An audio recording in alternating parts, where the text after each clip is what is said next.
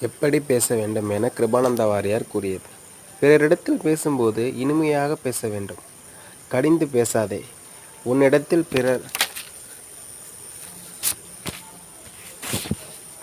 கடிந்து பேசுங்கால் உன் மனம் எவ்வாறு வருந்துகின்றது, அதுபோல் நீயும் கடிந்து பேசுங்கால் பிறர் மனம் வருந்தும்.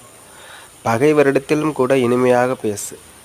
உன்னுடைய இனிய மொழிகளால் பகைவருள்ள முகமும் கரைந்துவிடும். நீ பேசுகிற ஒவ்வொரு சொல்லிலும் அமிர்தம் கலந்திருக்கட்டும். விஷங்கலந்த வார்த்தையை எப்போதும் மறந்தும் பேசாது.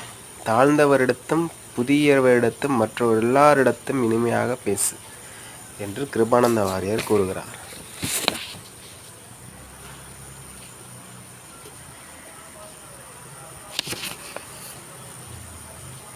நன்றி. கிருபானந்த வாரியார்.